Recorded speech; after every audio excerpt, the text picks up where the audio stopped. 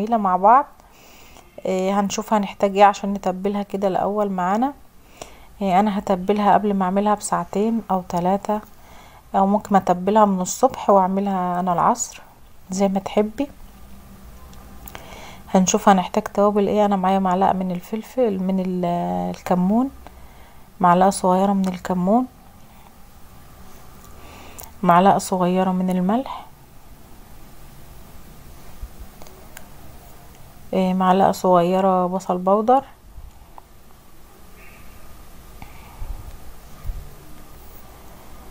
معلقة صغيرة فلفل اسمر،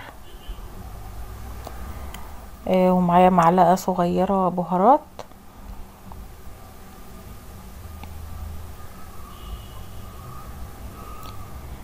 معايا بقى هنا طماطم بودر، هاخد منها معلقتين عشان تديني لون حلو كده للبطة بتاعتي.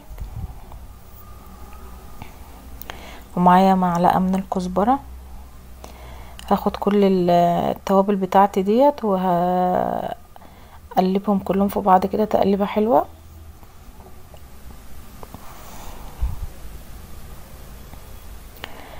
همسك بقى التوابل بتاعتي دي كلها كده بعد ما قلبتها، هتبل بيها البطة بتاعتي كويس جدا من جوه ومن بره، وادعكها كويس كده، وادعك اللحم بتاعها،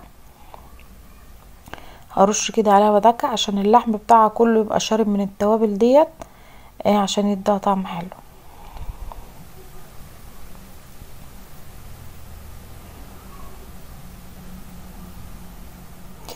هدعكها كده جوه وبره من فوق ومن تحت.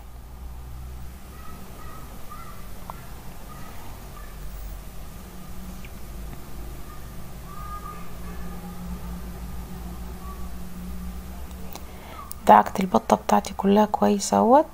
برش عليها في كل الجناب وادعكها كويس.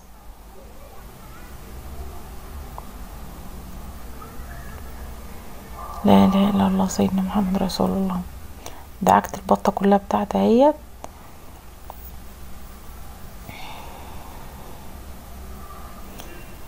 خلاص كده انا خلصت البطة بتاعتي، هركنها معايا بقى لحد ما اجي اسويها، ممكن قبلها بساعة بساعتين ب3 زي ما انا عايزة، يعني حسب الوقت بتاعي. خلاص بقى كده هنركنها على جنب لما نيجي نسويها.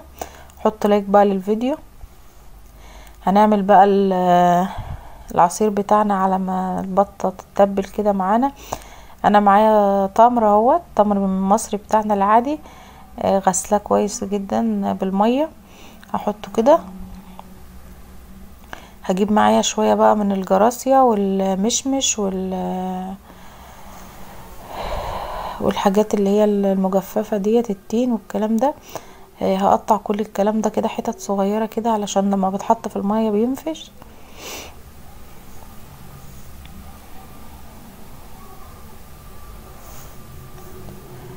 قطعت معايا كل الحاجات اللي معايا اللي هي المجففة ديت. هاخدها بقى كلها كده واحطها على التمر بتاعي.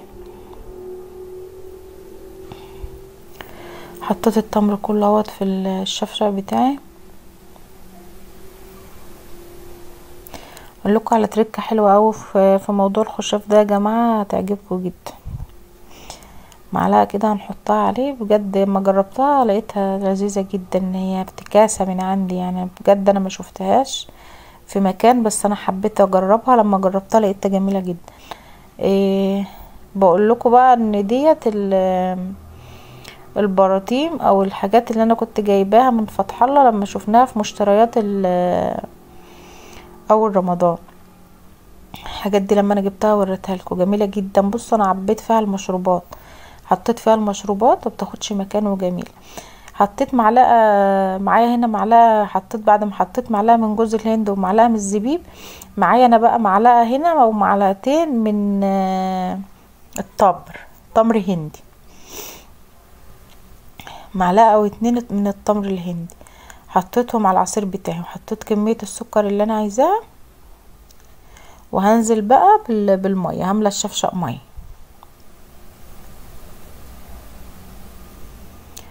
المعلقه بتاعه التمر الهندي دي يا جماعه بتخليه لذيذ لذيذ لذيذ، يعني زي ما تقولي قولي. من ساعه ما جربته كده وما عدتش بعمله ابيض كده خالص، بقيت اعمله على طول كده بالتمر. طبعا وقعت التمر على الرخامه، ده طبيعي. لازم هقلب كل الكلام ده مع بعضه بقى كده.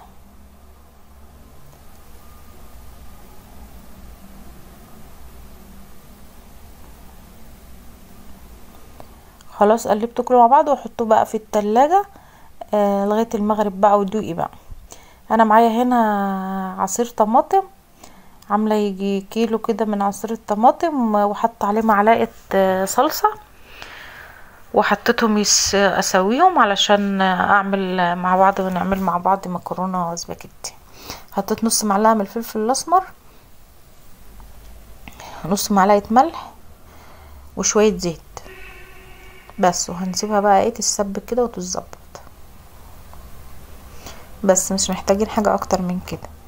اللي لسه محطش لايك للفيديو حط يا جماعه لايك للفيديو. معايا هنا طاسه على النار، ومعايا بطاطستين متقطعين حتت، وجزرية متقطعه حتت، وبصلايه حتت، وواحده كوسه او واحدتين كوسه. بقى شويه خضار كده هنعملهم حشوه للبطه بتاعتنا. هحطهم كده على النار كده هشوحهم بس، مش هسويهم، هشوحهم بس على النار كده، ادبلهم بس. معايا نص معلقه فلفل، نص معلقه كمون، نص معلقه ملح، حاجه بسيطه كده عشان طبعا الفرخه متبله، سوري البطه متبله. معايا بقى الصلصه بتاعه المكرونه اللي احنا كنا عاملينها من شويه، سبكت عندي وبقت مية مية. هاخد منها معلقتين 3 كده ارشهم على وش الخضار ده، عشان لما يستوي يبقى لونه احمر كده وحلو.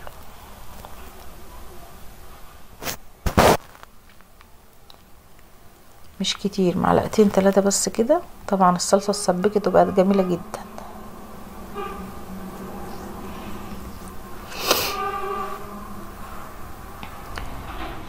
هديها تقليبه كلها كده ببعضها، ودقيقتين 2 بس وهنزلها، مش اكتر من كده. اتبل بس الخضار ده يدبل معايا كده. الخضار دبل معايا اهوت، نزلته. هنبتدي بقى ان احنا نحشي بيه البطه بتاعتنا. البطه بتاعتنا واسعه من جوه وجميله. هنحشيها كده بالخضار. مش عايزه اقول لكم يا جماعه، البطه دي لما استوت وجينا ناكلها بألف شفا يا رب اللي كل حاجه. الخضار ده كان جميل جدا. اما قطعت بقى البطه وفضيت الخضار ده في طبق كده، الخضار كله نازل سليم، الواحده بوحدتها، مش مهري ولا اي حاجه، وطيب طيبان كويس كده برضو، ماهوش طري ولا حاجه. جميل جدا، وكان طعمه لذيذ جدا. وخد بقى شرب بقى من البطه بقى، والبطه نزلت كل الحاجات اللي فيها عليه. كان لذيذ بجد بجد. حشيته كده، حشيت البطه كده اهوت كده، كفايه عليها زي الفل. معانا بقى هنا برتقانه كده مش كبيره قوي، همسكها بالسكينه كده وافتح فيها فتحتين 3 كده. تركه جميله جدا يا جماعه، بقوا جربوها هتعجبكم قوي. وهدخلها كده في ايه، في اخر البطه كده قدام الخضار. البرتقانه دي بقى هتسرد منها بقى، وهتخلي لكم طعم الخضار وطعم البطه لذيذه جدا. هحطها بقى في الصينيه. معايا هنا كيس حراري هحطها فيه، الكيس واسع وهياخدها ان شاء الله.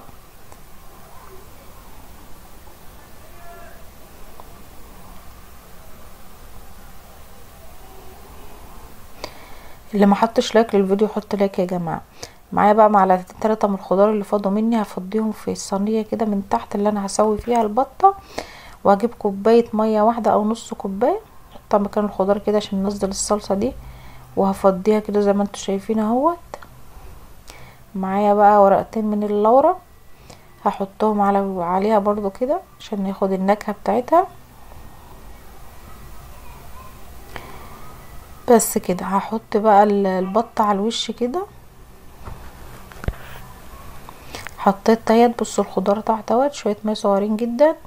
عشان الخضار ده ما يتحرقش مننا. وهغطيها بالغطا بتاعها كده، وهدخلها الفرن من تحت لغايه ما تغلي، او لما الاقي الخضار اللي عندي تحت كوبايه الميه دي بتغلي هقوم رافعاها على الشبكه من فوق. حطيتها تحت لغايه ما غليت ورفعتها على الشبكه من فوق بتغلي قدامكم اهيت. هسيبها بقى لغايه ما تستوي مع نفسها خالص والميه دي تنشف وتبقى مية مية. سلقت المكرونه بتاعتي وحطيت عليها الصلصه اهيت بعد ما اتسبكت. هقلبها كده تقليبه حلوه ببعضها، وهسيبها بقى اوطي عليها خالص واسيبها تستوي مع نفسها. كده خلصنا المكرونه بتاعتنا. بصوا حمرا وجميله ولونها جميل، وبصوا الواحده بوحدتها جميله جدا جدا وشكلها لذيذ جدا ولونها جميل. معايا البطه بقى بتاعتي وجمالها. البطه بتاعتي ده بالدوب. البطه بتاعتي يا جماعه لما طابت فتحتها من الكيس ودهنت وشها بمعلقه صلصه من اللي انا مسبكاها للمكرونه وحطيتها على الشبكه احمرت. ده العصير بتاعنا اهو. تبصوا جماله جميل جدا. الخضار اللي في قلب البطه دايب وجميل، مش دايب ده مهري، لا طيب كويس جدا كويس جدا وطعمه لذيذ جدا وجميل جدا يا جماعه. البطه بصوا لونها جميل ومستويه كده على الهادي وجميله جدا. انا عايزه بقى اللي بيشوف القناه لاول مره يشترك فيها، وحبايبي اللي لسه ما حطوش لايك للفيديو حطوا لايك، وان شاء الله ان شاء الله تستنوني في فيديوهات جديده واستفيد مع بوسي.